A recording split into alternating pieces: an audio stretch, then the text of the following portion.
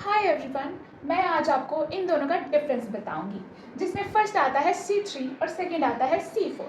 C3 cycle हम किसे कहते हैं? C3 साइकिल हम उसे कहते हैं जहाँ पे 3 कार्बन कंपाउंड या फिर 3 कार्बन कंपाउंड वाला एक स्टेबल प्रोडक्ट पहले बनता है। और C4 प्लांट्स या फिर C4 कंपाउंड्स हम उन्हें कहते हैं जिनमें जो पहला हमेशा ही प्रोडक्ट बनता है वो 4 कार्बन वाला बनता है। ओके, ये है बेसिक। C3 और C4 के नाम से आप कैसे जानोगे इसको?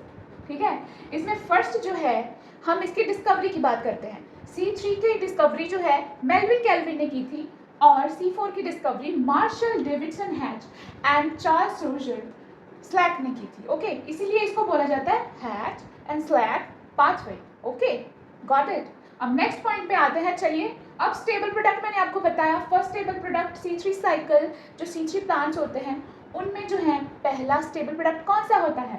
That is 3PGA phosphoglyceraldehyde. Okay, 3 carbon वाला कंपाउंड होता है। सेकेंड पॉइंट इसमें देखिए C4 में, देखिए कंपेयर कीजिए, इसमें जो है फर्स्ट स्टेबल प्रोडक्ट जो होता है वो बनता है oxaloacetic acid, that is OAA। ये क्या है? 4 कार्बन कंपाउंड। ओके, याद हो गया। नेक्स्ट पॉइंट, चलिए अब एंजाइम की बात कर लेते हैं। कौन सा एंजाइम कार्बन डाइऑक्साइड को फिक्स करता है C3 साइकिल में? That is Rubisco ribulose bisphosphate carboxylase oxygenase. इसको क्यों कार्बोक्सिलेज ऑक्सीजनेज बोला जाता है? क्योंकि अगर ऑक्सीजन की कॉन्सेंट्रेशन ज़्यादा है तभी ऑक्सीजन को फिक्स कर सकता है ये एंजाइम, एंड अगर कार्बन डाइऑक्साइड की फिक्सेशन ज़्यादा है तो ये कार्बन डाइऑक्साइड को फिक्स कर सकता है। Okay, got it.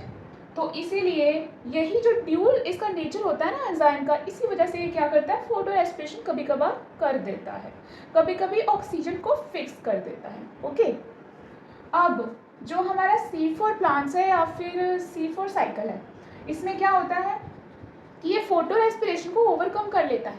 अब कैसे कर लेता है? सोचिए कैसे कर लेता है ये? क्योंकि ये जो है अपने अंदर एक क्रेन्स एनाटॉमी डेवलप करता है। There is strange structure found called Kranz anatomy, जिसमें जो है कार्बन डाइऑक्साइड की फिक्सेशन हमेशा ही मेसोफिल सेल में होगी by using which enzyme? That is PEP carboxylase, जो कि कार्बन डाइऑक्साइड को ही फिक्स करेगा। इसका यही काम है। नाम क्या है इसका? Phosphoenol pyruvate carboxylase. ओके, अब जो है जो हमारा मैलिक एसिड बना इस प्रोसेस के ड्यूरिंग मेसोफिल में, वो एंटर करेगा बंडल शीट सेल में। बंडल शीट सेल में जाके हमारा कार्बन डाइऑक्साइड फिक्स हो जाएगा प्रॉपर्ली, आगे ग्लूकोज बनाएगा।